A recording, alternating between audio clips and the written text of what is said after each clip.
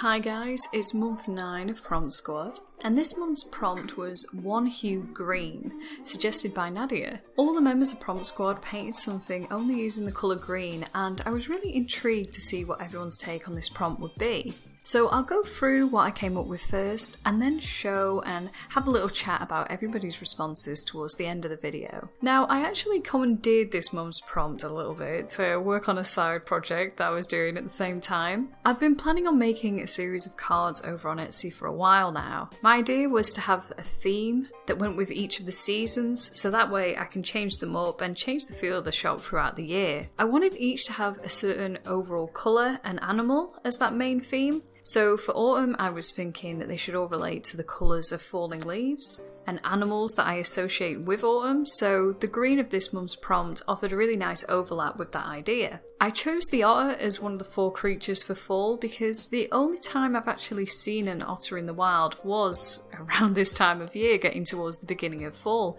And I think their natural colours of warm browns and greens really relate well to the autumn season. So when I was planning out this piece, I knew I wanted there to be a lot of curves and round shapes, so as to give this feel of the otter swimming through the water and everything feeling very gentle, just in both the surroundings and the creatures themselves. In general, I thought the background of this one was a hell of a lot easier than the otters themselves.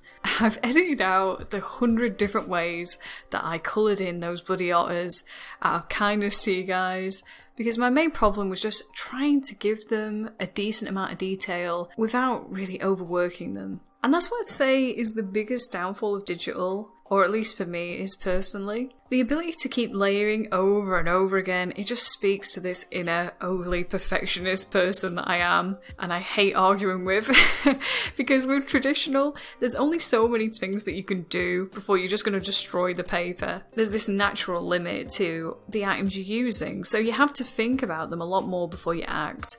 And really, the biggest lesson to learn when you traditionally paint is when to stop.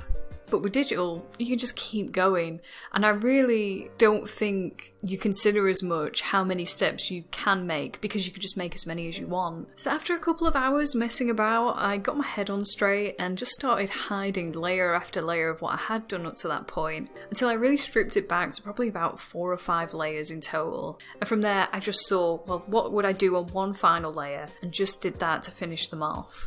It was a ridiculously long way of getting to that final result, and I wouldn't recommend it, but it did make me a lot more mindful of that trap when painting. And though maybe it won't show up as much in this piece, if you do see the other cards, which will hopefully be up now on Instagram and Etsy, and links will be in the description and all that. But if you compare them, hopefully you can see that I got hold of the levels of detail and I didn't really overwork them, especially in the fox and owl, which I actually did after these two.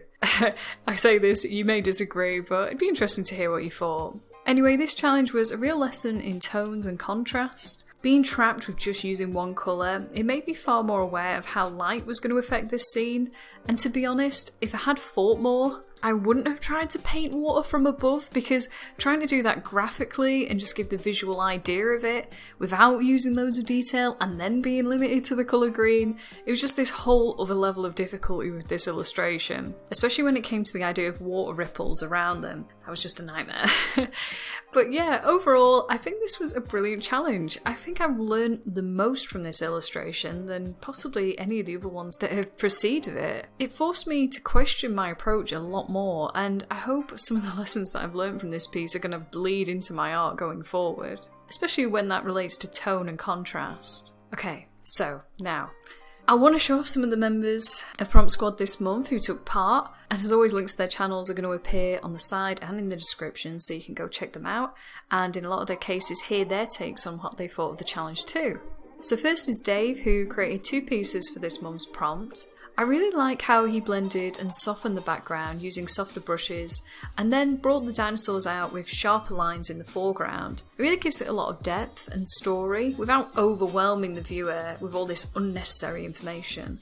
It isn't distracting, and I really like the humour of it, as he always does. His second piece, the snail, is, to be honest, probably one of my favourites that I've seen him do. I really love the style of it. The reflection of the light on the eye and the tooth, just these nice little details. And it has this shiny texture and feel to it as well. The lines really give this great effect of it moving at high speeds too in the background, again without being distracting. And yeah, I just think it's really cool and I love it. Okay, so next is Nadya, who blended watercolours and ink markers together to create this really gorgeous illustration. I love that the stronger, more linear lines are only really used in the darkest tones of her image, and then the watercolours that are so soft can parallel that on all of the lighter tones. It really makes for this interesting dynamic, and you can easily read the image. It's like a language in its own, and I think that's a really clever way of tackling the limit of only using one colour in your art. Coratison created a wonderful Pokemon inspired piece for the prompt. I especially like this because Bulbasaur and Chikorita are probably my two favourite Pokemon. To be honest, Grass and Ghost are my two favourite types, and using the green against the black really reminded me of both of them, so I think personally I really like this piece. I think using a black background was pretty inspired because it brings the brightness of the green out without making it look oversaturated, and it also brings out the sharpness and the clean quality of these lines in her design too. It just makes that skill really clear, and I just enjoy seeing that. Kai, like Dave, created two pieces for this prompt.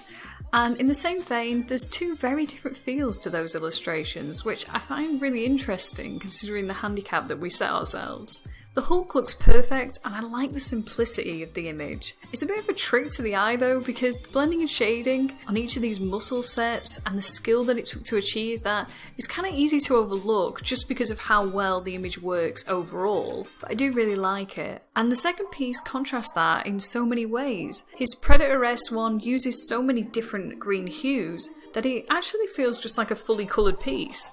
The green doesn't overwhelm you, and you can just focus on the character and her form instead. I think it's really beautifully done. Lastly, but not leastly, Emily created this beautiful nature illustration. It really reminds me of gouache art, but she uses opacity to give a distinctly digital feel to it all at the same time. Again, the mixture of green tones really guides you away from realising that it's the only colour that's being harnessed in the illustration, and the blending and composition just work together to make it feel to me like the leaves are swaying in the breeze. It gives you that feeling of movement, and I really love that, especially in illustrations. Oh, and that was all the members of Prompt Squad this month.